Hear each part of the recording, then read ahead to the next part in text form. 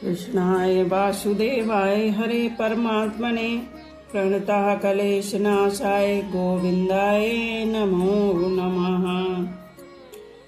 प्राकृत पदार्थों के प्राप्त होने पर भी मेरा शोक दूर हो जाए यह मैं नहीं देखता हूँ। ऐसा कहने के बाद अर्जुन ने क्या किया, इसका वर्णन संजय आगे के श्लोक में करते हैं। एवं मुक्त्वा ऋषिकेशं गुडाकेशा परन्तप नायो तस्य इति गोविंद मुक्त्वा तूष्णं बभूवः। एवं मुक्त्वा ऋषिकेशं बभूवः।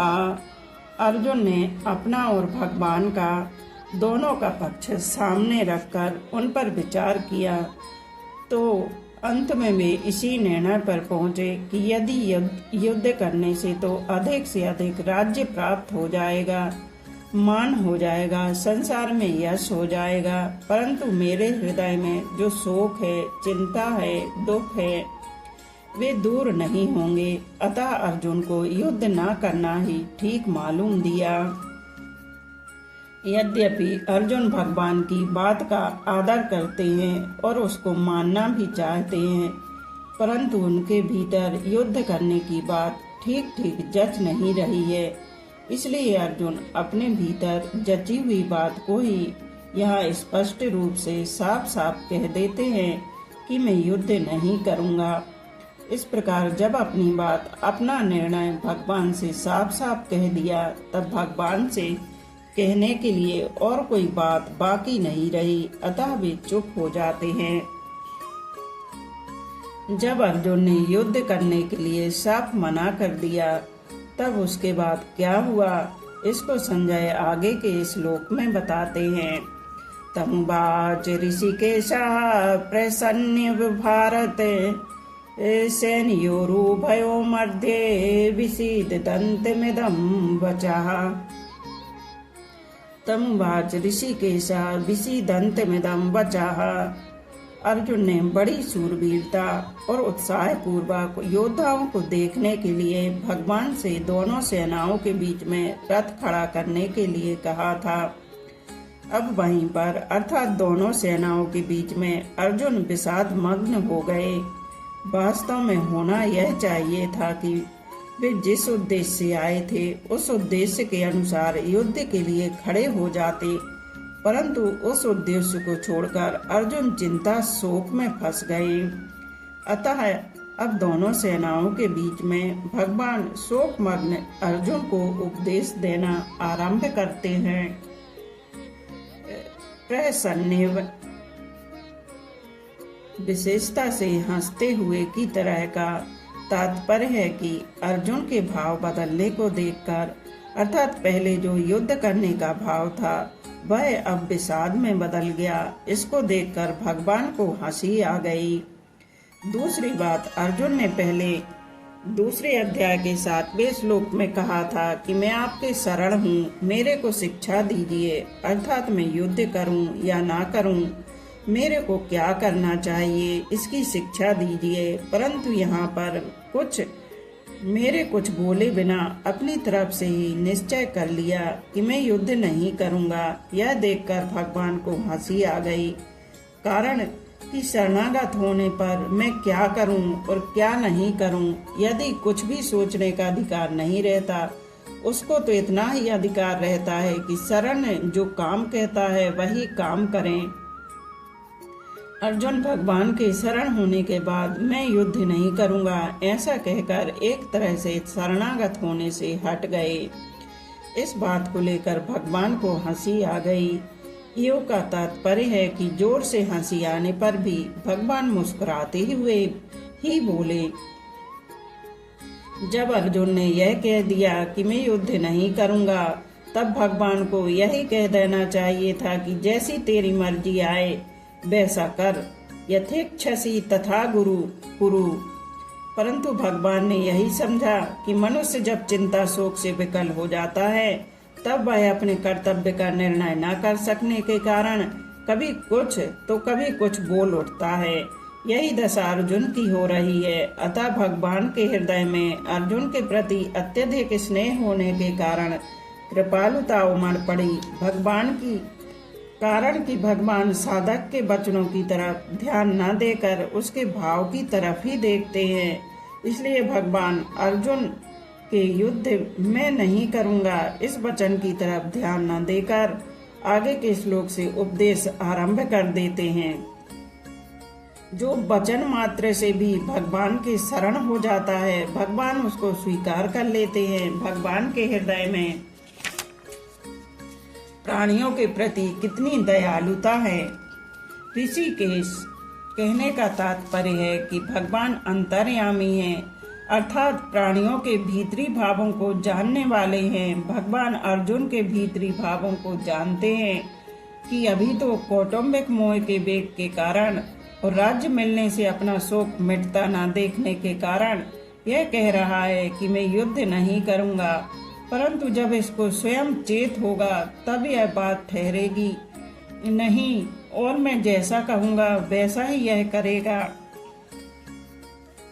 इदम बचहा उवाच, पदों में केवल उवाच कहने से ही काम चल सकता था, क्योंकि उवाच के अंतर्गत ही बचहा पद का अर्थ आ जाता है।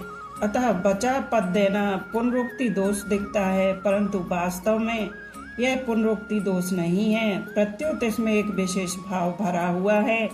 अभी आगे के श्लोक से भगवान जिस रहस्यमय ज्ञान को प्रकट करके उसे सरलता से सुबोध भाषा में समझाते हुए बोलेंगे, उसकी तरफ लक्ष्य करने के लिए यहाँ बचा पद दिया गया है।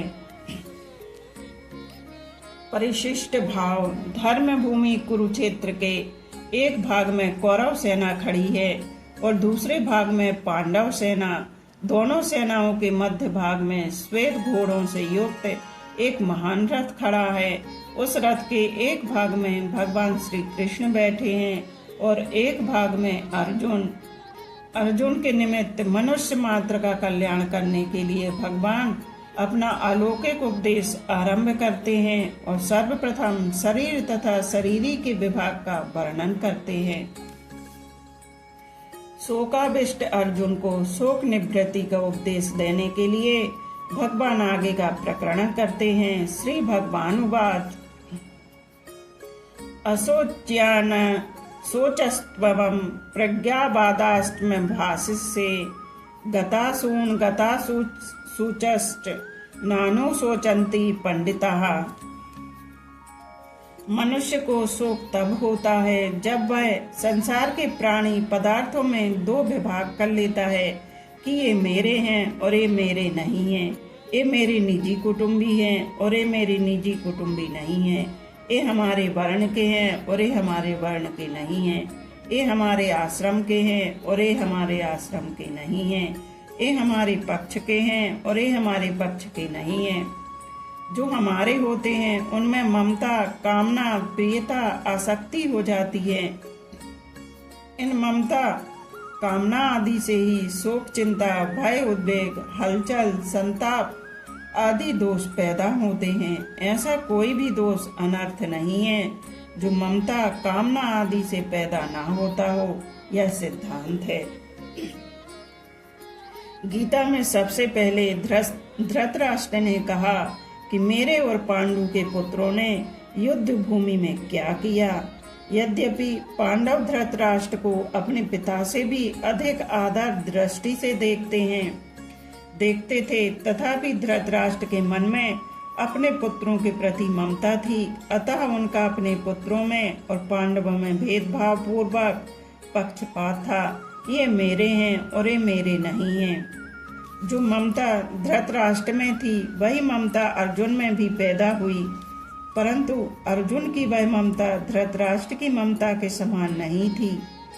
अर्जुन में धृतराष्ट्र की तरह पक्षपात नहीं था, अतः वे सभी को स्वजन कहते हैं। दृष्टवेमं स्वजनम, और दुर्योधन आदि को भी स्वजन कहते हैं।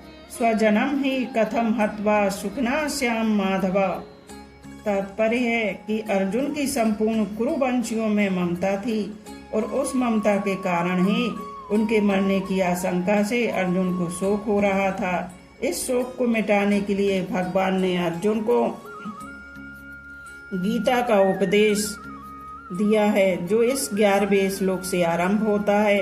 इसके अंत में भगवान इसी शोक को अनुचित बताते हुए कहेंगे कि तू केवल मेरा ही आश्रय ले और शोक मत कर। माँ शुचः, कारण कि संसार का आश्रय लेने से ही शोक होता है और अनन्य भाव से मेरा आश्रय लेने से तेरा शोक, चिंता आदि सब मिट जाएंगे।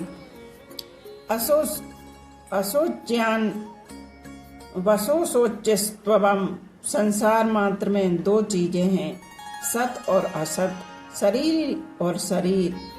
इन दोनों में शरीर ही तो अविनाशी है और शरीर विनाशी है।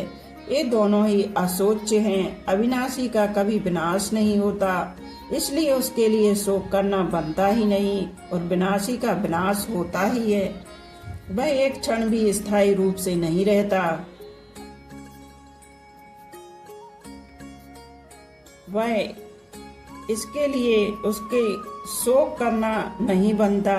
तात्पर्य हुआ कि शोक करना ही तो शरीरी को लेकर बन सकता है और न शरीरों को लेकर ही बन सकता है।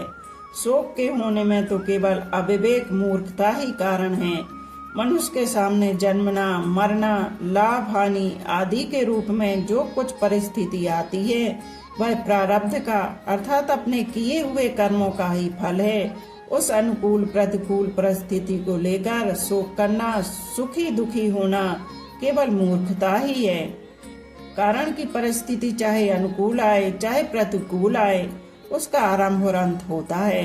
अर्थात वह परिस्थिति पहले भी नहीं थी और अंत में भी नहीं रहेगी। जो परिस्थिति आदि में और अंत में नहीं होती वह बीच में एक क्षण भी स्थायी नहीं होती। अगर स्थायी होती तो मिटती कैसे, और मिटती है तो स्थायी कैसे। ऐसी प्रतिक्षण मिटने वाली अनुकूल प्रतिकूल परिस्थिति को लेकर हर शोक करना, सुखी दुखी होना केवल मूर्खता है। प्रज्ञावादाश्च भाष्य, एक तरफ तो तू पंडिताई की बातें बघार रहा है और दूसरी तरफ शोक भी कर रहा है। अतः तू केवल बातें ही बनाता है, वास्तव में तू पंडित नहीं है। क्योंकि जो पंडित होते हैं वे किसी के लिए भी कभी शोक नहीं करते। कुल का नाश होने से कुल धर्म नष्ट हो जाएगा। धर्म के नष्ट होने से स्त्रियां दूषित हो जाएंगी, जिससे वर्ण संकर पैदा होगा। वह वर्ण संकर कुल घातियों को और उनके कुल को नरकों में ले जाने वाला होगा। पिंड और पानी न मिलने से उनके पितरों का भी पतन हो जाएगा। ऐसी तेरी पंडिताई की बातों से भी यही सिद्ध होता है कि शरीर नाशवान है और शरीरी अविनाशी है। अगर शरीरी स्वयं अविनाशी ना होता तो कुलघाती और कुल के नरकों में जाने का भय नहीं होता, पितरों का पतन होने की चिंता नहीं होती। अगर तुझे कुल की और पितरों की चिंता होती है, उनका पतन होने का भय होता है, तो इससे सिद्ध होता है कि शरीर नाशवान है और उसमें रहने वाला शरीर ही नित्य है। अतः शरीरों को नाश को लेकर तेरा शोक करना अनुचित है। गतासून गतासूच, सबके पिंड प्राण का वियोग अवश्यम भावी है। उनमें से किसी के पिंड प्राण का वियोग हो गया और किसी का होने वाला है, अतः उनके लिए शोक नहीं करना चाहिए। तुमने जो शोक किया है यह तुम्हारी गलती है। जो मर गए हैं उनके लिए शोक करना तो महान गलती है। कारण कि मरे हुए प्राणियों के लिए शोक करने से उन प्राणियों को दुख भोगना पड़ता है। जैसे मृतात्मा के लिए जो पिंड और जल दिया जाता है वह उसको परलोक में मिल जाता है, ऐसे ही मृतात्मा के लिए जो कफ और आंसू बहाते हैं वे मृतात्मा को परवश होकर खाने पीने पड़ते हैं। जो अभी जी रहे हैं उनके लिए वे शोक नहीं करना चाहिए। उनका तो पालन पोषण करना चाहिए, प्रबंध करना चाहिए। उनकी क्या दशा होगी, उनका भरण पोषण कैसे होगा, उनकी सहायता कौन करेगा आदि चिंता शोक कभी नहीं करने चाहिए। क्योंकि चिंता शोक करने से कोई लाभ नहीं है, मेरे शरीर के अंग शिथिल हो रहे हैं, मुख सूख रहा है, आदि विकारों के पैदा होने में मूल कारण है शरीर के साथ एकता मानना। कारण कि शरीर के साथ एकता मानने से ही शरीर का पालन पोषण करने वालों के साथ अपनापन तो हो जाता है, और उस अपनेपन के कारण ही कुटुंबियों के मरने की आशंका से अर्जुन के मन में चिंता शोक हो रहे हैं, तथा चिंता शोक से ही अर्जुन के शरीर में उपर्युक्त विकार प्रकट हो रहे हैं। इसमें भगवान ने गताशून और अगताशून के शोक को ही हेतु बताता है। जिनके प्राण चले गए हैं वे गताशून हैं, और जिनके प्राण नहीं चले गए वे अगताशून हैं। पिंड और जल न मिलने से पितरों का पतन हो जाता है। यह अर्जुन की गताशून की चिंता है, और जिनके लिए हम राज्य भोग और सुख चाहते हैं वे ही प्राणों की और धन की आशा छोड़कर युद्ध में खड़े हैं। यह अर्जुन की अगताशून की चिंता है। ये दोनों चिंताएं शरीर को लेकर ही हो रही हैं, अतः ये दोनों चिंताएं धातु रूप से ही एक ही कारण है।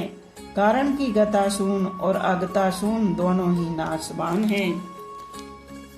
गताशून और अगताशून इन दोनों के लिए कर्तव्य कर्म करना चिंता की बात नहीं है। गताशून के लिए पिंड पानी देना, श्राद्ध तर्पण करना यह कर्तव्य है, और अगताशून के लिए व्यवस्था कर देना, निर्वाह का प्रबंध कर देना यह कर्तव्य है। कर्तव्य चिंता का विषय नहीं होता, प्रत्युत विचार का विषय होता है। विचार से कर्तव्य का बोध होता है, और चिंता से विचार नष्ट होता है। नानु सोचंती पंडितः सत असत विवेकवती बुद्धि का नाम पंडा है। वह पंडा जिनकी विकसित हो गई है, अर्थात जिनको सत असत का स्पष्टतया विवेक हो गया है, वे पंडित हैं। ऐसे पंडितों में सत असत को लेकर शोक नहीं होता, क्योंकि सत को सत मानने से भी शोक नहीं होता, और असत को असत मानने से भी शोक नहीं होता। स्वयं सत स्वरूप है, और बदलने वाला शरीर असत स्वरूप है। असत को सत मान लेने से ही शोक होता है, अर्थात ये शरीर आदि ऐसे ही बने रहे, मेरे मरे नहीं, इस बात को लेकर ही शोक होता है। सत को लेकर कभी चिंता शोक होते ही नहीं। परिशिष्ट भाव, एक विभाग शरीर का है और एक विभाग शरीरी शरीर वाले का है। दोनों एक दूसरे से सर्वथा संबंध रहित हैं। दोनों का स्वभाव ही अलग अलग है। एक जड़ है, एक चेतन, एक नाशवान है, एक अविनाशी, एक विकारी है, एक निर्विकार। एक में प्रतिक्षण परिवर्तन होता है और एक अनंत काल तक ज्यों का त्यों ही रहता है। भूतग्रामः सा एवायम् सर्गेषपि नोपजायन्ते प्रलये न व्यथन्ति च।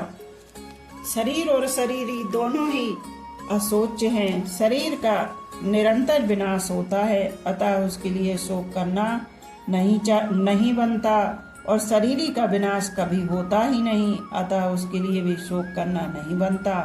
शोक केवल मूर्खता से होता है। शरीर की निरंतर सहज निवृत्ति है, और शरीरी निरंतर सबको प्राप्त है। शरीर और शरीरी के इस विभाग को जानने वाले विवेकी मनुष्य मृत तथा जीवित किसी भी प्राणी के लिए कभी शोक नहीं करते। उनकी दृष्टि में बदलने वाले शरीर का विभाग ही अलग है, और ना बदलने वाले शरीरी अर्थात स्वरूप की सत्ता का विभाग ही अलग है। गीता का उपदेश शरीर और शरीर के भेद से आरंभ होता है। उस दूसरे दार्शनिक ग्रंथ तो आत्मा और अनात्मा का इदंता से वर्णन करते हैं, पर गीता इदंता से आत्मा अनात्मा का वर्णन न करके सबके अनुभव के अनुसार देह देही शरीर शरीर का वर्णन करती है। यह गीता की विलक्षणता है। साधक अपना कल्याण चाहते हैं तो उसके लिए सबसे पहले यह जानना आवश्यक है कि मैं कौन हूँ। अर्जुन ने भी अपने कल्याण का उपाय पूछा। यच्छेया निश्चितम ब्रूहि तन्मे। देह और देही का भेद स्वीकार करने से ही कल्याण हो सकता है। जब तक मैं देह हूँ यह भाव रहेगा तब तक कितना ही उपदेश सुनते रहें, सुनाते रहें और साधन भी करते रहें, कल्याण नहीं होगा। जो वस्तु अपनी ना हो उसको अपना मान लेना और जो वस्तु वास्तव में अपनी हो उसको अपना ना मानना बहुत बड़ी भूल है। अपनी वस्तु वही हो सकती है जो सदा हमारे साथ रहे और हम सदा उसके साथ रहें। शरीर एक क्षण भी हमारे साथ नहीं रहता और परमात्मा निरंतर हमारे साथ रहते हैं, कारण कि शरीर की सजातीयता संसार के साथ और हमारी अर्थात शरीर की सजातीयता परमात्मा के साथ है। इसलिए शरीर को अपना मानना और परमात्मा को अपना ना मानना सबसे बड़ी भूल है। इस भूल को मिटाने के लिए भगवान गीता में सबसे पहले शरीर शरीरी के भेद का वर्णन करते हैं और साधक को उद्बोधन करते हैं कि जिसकी मृत्यु हुई है वह तुम नहीं हो, अर्थात तुम शरीर नहीं हो, तुम ज्ञाता जानने वाले हो, शरीर के जानने में आने वाला है। गीता के 13वें अध्याय का पहला श्लोक, तुम सर्वदेशी हो, नित्या सर्वगता, येन सर्वमिदं ततम्। शरीर एक देशीय है, तुम चिन्मय लोक के निवासी हो, शरीर जड़ संसार का निवासी है। तुम मुझ परमात्मा के अंश हो, ममैवांशो जीव लोके। शरीर प्रकृति का अंश है। मना षष्ठानि निद्रयाणि प्रकृति स्थानी। तुम निरंतर अमरता से रहते हो, शरीर निरंतर मृत्यु में रहता है। शरीर की क्षति से तुम्हारी किंचित मात्र भी क्षति नहीं होती, अतः शरीर को लेकर तुम्हें शोक चिंता भय आदि नहीं होने चाहिए। शरीर ही किसी शरीर से लिप्त नहीं है, इसलिए उसको सर्वव्यापी कहा गया है। सर्वगतः येन सर्वमिदं ततम्। तात्पर्य हुआ कि साधक का स्वरूप सत्ता मात्र है, अतः वास्तव में वह शरीर वाला नहीं है, प्रत्युत अशरीरी है। इसलिए भगवान ने उसको अव्यक्त भी कहा है। अव्यक्ता दीनी भूतानी। शरीर प्रतिक्षण नष्ट होने वाला है और असत है। असत की सत्ता विद्यमान नहीं है। नास्तो विद्यते भावा।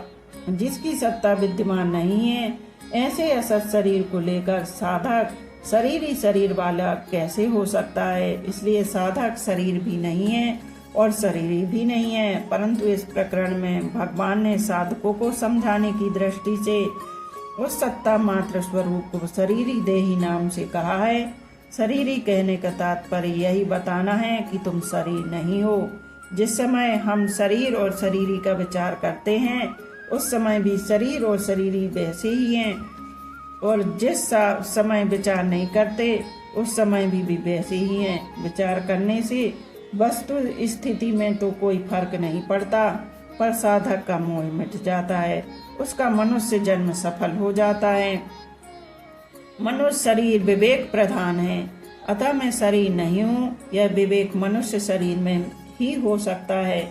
शरीर को मैं मेरा मानना मनुष्य बुद्धि नहीं है, प्रत्युत पशु बुद्धि है। इसलिए सुखदेव जी महाराज राजा परीक्षित से कहते हैं, त्वं तु राजन मरिष्यति पशु बुद्धि में माम जहि न जातः प्रागभूतस्य देहवतत्वं न रक्षसि। हे राजन, अब तुम यह पशु बुद्धि छोड़ दो कि मैं मर जाऊंगा। जैसे शरीर पहले नहीं था, पीछे पैदा हुआ और फिर मर जाएगा, ऐसे तुम पहले नहीं थे, पीछे पैदा हुए और फिर मर जाओगे, यह बात नहीं है। आज यहीं पर विश्राम देते हैं, शेष आगे के श्लोक कल करेंगे। यहाँ श्री कृष्ण भगवान ने अर्जुन को उपदेश देना आरंभ किया है 11वें श्लोक से।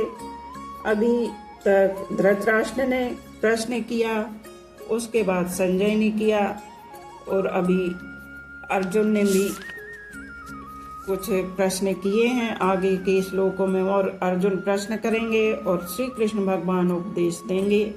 इस संपूर्ण भगवत गीता में 584 श्लोक में सिर्फ कृष्ण भगवान ने अपनी साक्षात वाणी से, मधुर वाणी से ये उपदेश दिए हैं, जिसको आप लोग आगे आगे सुनना। बोलो राधे राधे।